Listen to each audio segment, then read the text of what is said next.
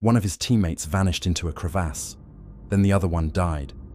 Douglas Mawson was now alone in Antarctica, hundreds of miles from safety, with almost no food and one of the most hostile environments on Earth stretching in every direction. This is not a story about exploration. It's a story about a man who watched everything go wrong and kept moving anyway. The year was 1912. Mawson and two teammates, Belgrave Ninnis and Xavier Mertz, were deep in Antarctica on a sled journey far from base camp. The conditions were brutal, freezing temperatures, hidden, crevasses, endless ice, but they were experienced and making good progress. Then, everything changed in a single second. Ninnis stepped onto a snow bridge, covering a crevasse. The ice collapsed beneath him. He disappeared instantly, so did his sled. Most of their food disappeared. With it, most of their supplies disappeared with it. In one moment, the expedition became a survival situation.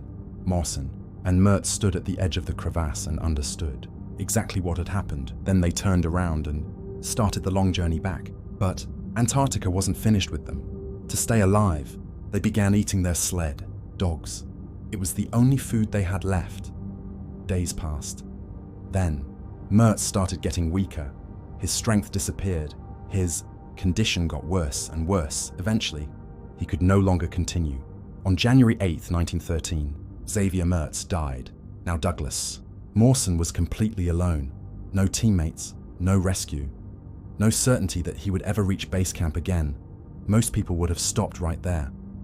Mawson reorganized what little food remained and started pulling the sled by himself. His body began to fail. His skin peeled away from his hands, his face, and even his feet. Food was running out. Blizzards trapped him in his tent for days at a time. Every delay meant less food. Every mile required more strength than he had left. Then, Antarctica tried to kill him again. Mawson broke through a snow bridge and fell into a crevasse himself.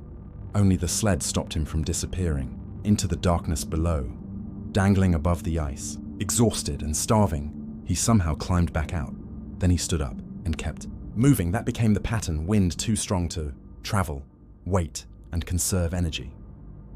Food running low, reduce rations and keep. Moving, body getting weaker, adapt and keep. Moving, problem, solution, next problem, next solution, one step at a time across more than 100 miles of ice. Then finally, after weeks alone, he reached a supply cache.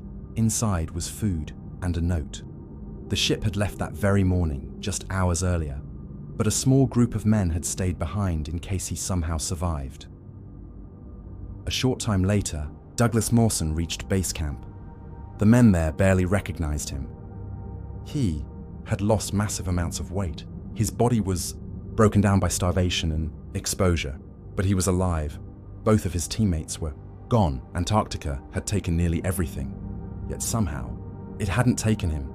The remarkable part of this story isn't that Douglas Mawson crossed Antarctica alone. It's how he did it. He didn't survive the entire journey at once. He survived the next problem, then the next one, then the next. And sometimes that's enough to carry a person through things that should have been impossible. If stories like this are the kind that stop you scrolling, subscribe.